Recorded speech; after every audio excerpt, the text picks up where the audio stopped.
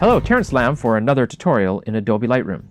Today I'm going to go through some best practices for noise reduction and set up your files in a way to reduce noise before you use the noise reduction filters that are part of the program. Noise manifests itself when using high ISO. Sometimes it's called grain, but is a result of over-amplification of the sensor, which results in this pattern noise. So looking at this image that I have preloaded here, this is an image of my cat here. This amplification causes all this noise that you see up in this area in here and throughout the image. So what I'm going to show here today is a way to reduce that noise without actually defaulting to the noise reduction filter. The noise reduction filter is something that a lot of people use in Adobe Lightroom. It's a very powerful, very strong implementation of this feature. I'm going to show you a way to reduce the dependency on that and prepare your files so that you only need to use either a little bit or none. Now the image I have here in front of me is taken from the Sony A7, taken at ISO 25,600, the highest possible setting that you could use. A lot of photographers usually shy away from the highest possible setting in a camera. In my classroom, I often tell my students that you can go ahead and use that setting. It's sometimes a little too grainy or a little too noisy for most people's taste, but it doesn't mean that it's not impossible to use, or at least you have it there. If you are, for example, a photographer that does child photography and stuff like that, or infant photography, you certainly don't want to turn on the lights, or you want to have some low light shooting. That's the kind of condition that you got. In this case, I have a incandescent light behind me, just shining a ceiling lamp fixture. I use the maximum setting, and then I also use my 50mm Voigtlander 1.5 lens wide open to capture the shot, and it's still fairly grainy. Let's get started.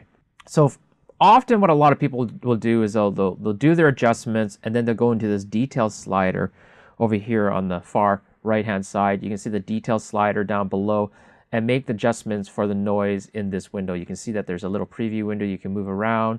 There's also a little target here you can set so that wherever your mouse is going to be your target that you're going to make the adjustments. We'll turn that off.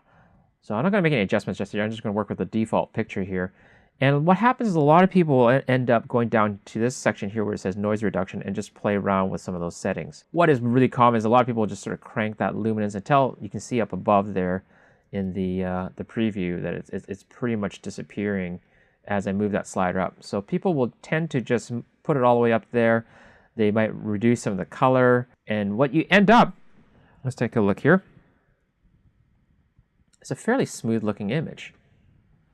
All my noise is all gone away, but let's take a look at before and after. We've lost a huge amount of detail. As you can see, it really has turned into sort of a mushy looking. There's no fur. It looks more like a watercolor painting, and so you have to take care to not overdo it. And so, you know, if we turn it down a little bit and leave a little bit of detail in there, this is okay. Well, here's another thing I want you to see here. I'm going to just crank these all the way back down to sort of about their defaults. There is this blotchiness that you'll see here in this top section. That is called chroma noise. And some of that can be reduced down here in this noise reduction slider under the smoothness and then the color. So I'm going to just turn up the color a little bit, and I'm going to crank that smoothness right up. And you're going to see that blotchiness of color, it's still a little bit there, but it does tend to disappear. So I'm just going to reset everything here. We're going to go up to the basic palette right up here in this section here, and we're going to get started by how we should actually treat this image so that we can reduce some of the noise without actually even going into the noise reduction. So the first thing I generally like to do is just to reduce some of my exposure. I'm going to reduce this exposure, and you can see already right away when I just reduce my exposure, I've already eliminated all that noise. Now I've lost obviously the tones and the shadows and stuff like that, but I also am going to reduce my contrast, and you see this will bring back up some of that shadow detail. So I'm going to reduce this down to about 1 stop, and I'm going to bring my contrast around 80. So it's a pretty heavy-handed approach, but I want to flatten everything. Now, just by doing those two things here, let's take a look at our image here up close. You can see the dramatic effect that's already helping considerably in this image by reducing some of that graininess and noise and that over amplification. Now we're going to make some improvements here. Now the other thing that you'll also notice too is that in this highlight area that looks overblown, I'm starting to get some of this back. Now you can see that there's a little bit of tone in here. I'm going to grab my white balance here, and I'm going to just see if I can just adjust it. That's a little too blue here, so I'm just going to just bring it up a little bit, bring a little warmth. I know that my couch is a blue couch in there, and just a little tiny bit of, there we go, just to cool it up a little bit. So that's pretty good. So that already is just giving so much depth and a little bit more texture to the fur and stuff like that, and also doing a pretty good job of controlling some of that noise and the graininess that you see in there.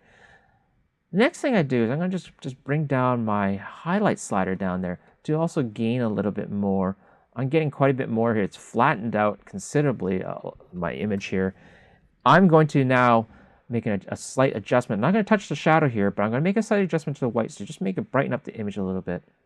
I'm going to bring my black point down a little bit just to make it a little bit more closer to what I was seeing. I still might want to cool down just a teeny bit of my temperature. There we go. That's pretty good. And that's it. Again, let's take a look at the before and after. Now here I want you to observe something. Now this is what the color of my cat really looks like, and I know that some of these objects look closer to this. But look at this area here where the whiskers are. You can see just how much more of that has recovered, and also how much I've recovered in just even in control of the noise. This is pretty significant. Take a look at that nose on the cat, just so much better. I'm now also getting a nicer looking color. I know that my cat's eyes are sort of a nice grainy color. So once I've done that, I can certainly increase my clarity and stuff like that, but do be careful with using the clarity slider, because all I'm doing now is I'm re-enhancing some of that amplified noise and so forth. So I'm just going to keep that off for now. I may increase some of the vibrance just to get some of the color in there, or maybe some of the saturation. These are arbitrary choices that you can certainly make on your own. So once I've done that, now I can certainly go into the details section. And if I'm happy as is, and I'm not saying that I am happy with this image, but this is considerably better than this image, and I could almost get away with saying, yeah, I'm done. But I do want to get rid of some of this noise and this grain structure in there. I can now go back into my noise filter here and turn up some of the sliders and turn off some of that noise. So I'm just going to start off a little light here, and I'm going to just turn up my smoothness up. I tend to over crank that smoothness, and actually observe over here in this little preview window that when I go from one end, so you can see the shift of colors in there, and take that smoothness right up to the other. So that just gets rid of any of that sort of awful sort of color. This is looking pretty good. I mean, like when you look at the before and after, my sliders I can even reduce it just a little bit lower and just maintain some of the details. If I want to do some sharpening now, this is where I can do some sharpening. I tend to turn the radius up pretty high up there, and then I just sharpen, around 70, 80, around there. So I'm going to put that right up to 3. And then I'm going to turn up the masking here as well. So the masking is a nice little way to you can actually see it up above there. As you sharpen things, it also sharpens up noise, but if you turn on the masking, it will actually only just sharpen up hard edges. So edges that are like in here, the whiskers of my cat. So let's take a look at the whole thing here, the before and the after. Some people might say that using the highest setting on the camera is pretty awful and you can't use it at all. I would tend to debate it. If you control the way that you edit your files, you should be able to come up with a reasonable edit that's totally usable. That is totally usable. So if you want to turn it into a black and white image, retain some of that grain in there, and just sort of give that sort of newsy kind of journalistic feel to it. There you go, folks. Just a little bit of an insight on how I do my noise reduction, and how you can actually reduce your dependency on the noise filter by the way you edit your files. Stay tuned for more episodes, and thank you for watching, and don't forget to subscribe.